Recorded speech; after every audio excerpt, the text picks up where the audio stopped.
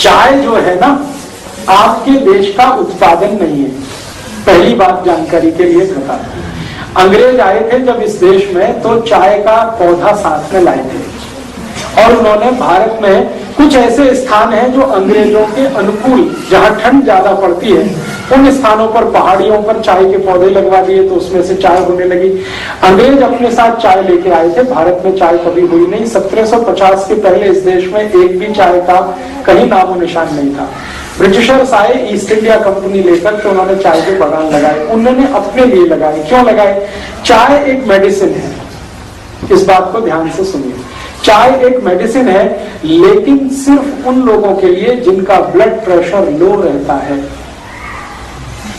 सिर्फ उन लोगों के लिए जिनका ब्लड प्रेशर लो रहता है चाय मेडिसिन है, और जिनका ब्लड प्रेशर नॉर्मल और हाई रहता है चाय उनके लिए जहर है। आज के न्यूज़पेपर में चाय मोटापा कम करती है, बता रहा हूं ना। आगे बढ़ते हैं। चाय उन सब के लिए जिनको ब्लड प्रेशर कम रहता है अमृत है, मेडिसिन है, लो बीपी वालों के लिए। लेकिन चाय उन सब के लिए जहर है जिनको बीपी हाई रहता है या नॉर्मल रहता है। अब अंग्रेजों की एक समस्या है, आज भी है, वो हजारों साल से। सभी अंग्रेजों का बीपी लो है, सिर्फ अंग्रेजों का ही नहीं, अमरीकियों का भी, कैनेडियन लोगों का, फ्रेंच लोगों का, जर्मन लोगों का, स्वीडिश लोगों का, डेनिश लोगों का, सबका बीपी लो है। कारण क्या है? बहुत ठंडे इलाके में रहते हैं, बहुत ठंडे इलाके में। उनकी ठंड का तो हम सोच नहीं सकते। सर एक चीज, तनाव, टेंशन, डिप्रेशन में बहुत ज्यादा है। मैं बताता हूं, अभी एक बात पूरी हो जाए तो। अंग्रेज और अंग्रेजों के आसपास के सारे देश दुनिया के इस हिस्से में रहते हैं जहां ठंड बहुत है। साल में 6 महीने सूरज नहीं, इतनी ठंड है। और आप अगर उनके यहाँ टेम्परेचर रेंज देखेंगे तो -40 उनकी लोएस्ट रेंज है, -40। ऋणात्मक रूप से शून्य से भी नीचे 40 डिग्री, शून्य से भी नीचे 30 degree, 20 degree, 22 degree, 25 degree, 15 degree, ये टेम्परेचर उनके यहाँ 6 महीने रहता है। सूरज निकलता नहीं, 6 महीने धुंध ही धुंध रहती है आसमान में। ये इनकी सबसे बड़ी तकलीफ है, अंग्रेजों की और अंग्रेजों के आसपास के देशों। ज्यादा ठंडे इलाके में कोई भी रहेगा उसका बीपी लो हो जाएगा। आप भी करके देख लें, मैंने किया एक बार मैंने ये एक्सपेरिमेंट अपने ऊपर किया।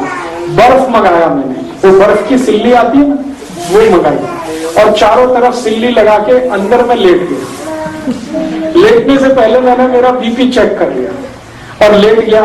3 मिनट के बाद ही मेरा बीपी लो होना शुरू हो गया। 3 मिनट से 6 मिनट में इतना लो हो गया कि मेरी दम निकल जाए ऐसी हालत हो गई। 8-10 मिनट में ही मुझे बर्फ से बाहर आना पड़ा। फिर बीपी चेक किया, मैं कल्पना नहीं कर सकता इतना लो था, इतना लो था। फिर मेरे समझ में आ गया कि मेरे से ज्यादा बेचारे तो अंग्रेज हैं जो बर्फ की सिल्लियों में 6 महीने रहते हैं।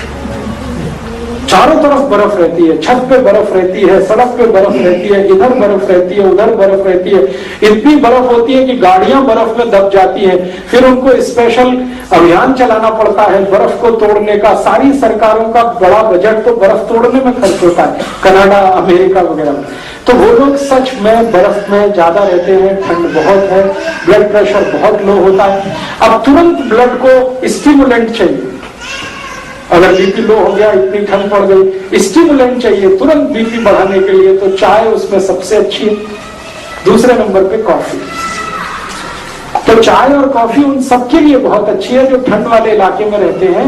और भारत के ऐसे कई इलाके हैं जहां बहुत ठंड पड़ती है।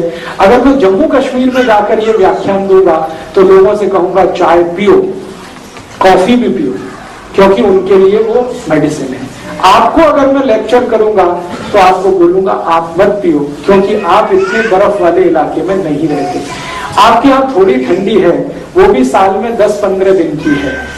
वो 10-15 दिन तब होते हैं जब कोहरा बहुत पड़ता है, हाथ पैर आपके गलने लगते हैं, टेम्परेचर -0 या 0 के नीचे आ जाता है। तब आपके यहाँ शायद 2-4 दिन 5 दिन ऐसे आते हैं कि आप चाय P low, coffee P low, क्योंकि उस समय बीपी बहुत लो है।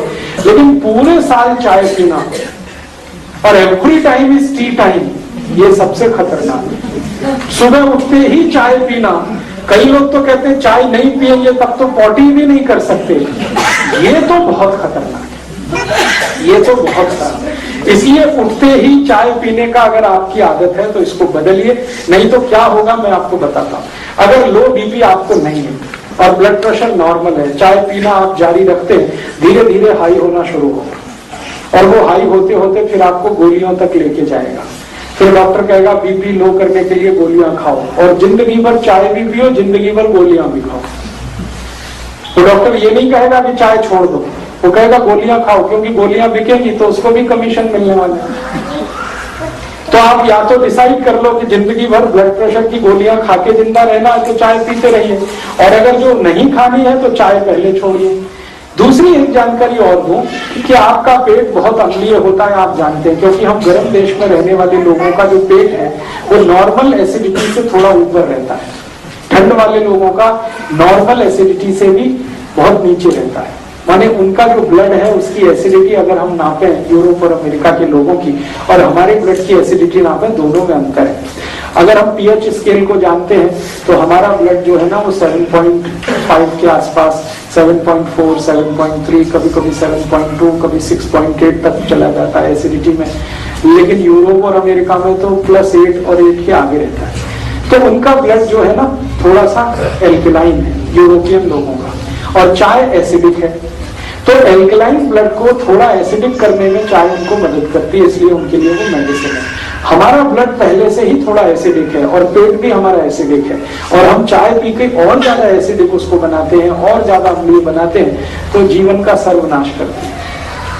इसलिए चाय आपके लिए नहीं है। और मैं एक आखिरी जानकारी आपको दे दूं, भगवान ने जो चीजें आपके नजदीक में पैदा की हैं वही आपके खाने पीने के लिए अच्छी हैं। जो चीजें आपसे हजारों मील दूर पैदा होती हैं वो आपके लिए अच्छी नहीं। आपको खाने पीने को जितना लगता है वो सब 20 किलोमीटर के दायरे में होता है। आप पटियाला को केंद्र बनाकर 20 किलोमीटर का एक सर्कमफ्रेंस बना दीजिए, आपकी जरूरत की हर चीज वहां होती है, वही आपके लिए सबसे अच्छी है। और हजारों मील दूर नीलगिरी की पहाड़ियों में जो चाय होती है या कर्नाटक के कुर्ग एरिया में जो कॉफी होती है वो आपके लिए मुफीद नहीं है, अनुकूल नहीं, क्योंकि हर वस्तु आबो हवा के हिसाब से होती है। जहां जिसकी जरूरत है वहीं वो चीज होती है। कुर्ग एरिया में कॉफी की बहुत जरूरत है क्योंकि लो बीपी है, तो वहां कॉफी होती है। पटियाला और आसपास में कॉफी का कितना भी प्लांटेशन करेंगे होगी नहीं, क्योंकि कॉफी की हमें जरूरत नहीं है। ये तो गड़बड़ी क्या हो गई कि ट्रांसपोर्टेशन के साधन इतने हो गए तो दुनिया में जहां भी जो कुछ होता है हम उसे हासिल कर लेते हैं, लेकिन वो शरीर के अनुकूल नहीं। और एक और छोटी सी बात कि हमारे आसपास के जानवरों और पक्षियों को जरा ऑब्जर्व करें, वो चाय पीते हैं क्या? मैंने बहुत पिला के देखा है, नहीं पीते। कोई पक्षी चाय नहीं पीता, कोई पक्षी कॉफी नहीं पीता, मेरे घर का पालतू कुत्ता भी नहीं पीता, वो भी मुंह इधर उधर कर देता। चाय रख दो इधर उधर करेगा, दूध रख दो फट से पी जाएगा, फट 1 मिनट नहीं लगता। बिल्ली को पिला के देखा, कुत्ते को पिला के देखा, वो भी नहीं पीते, उनको भी इतना सेंस है।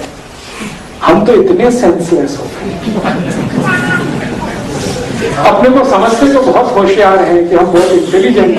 प्रॉब्लम हमारी इंटेलिजेंसी की नहीं है, सेंसलेस हो गए। तो आप थोड़े सेंस में वापस आइए, चाय कॉफी छोड़िए।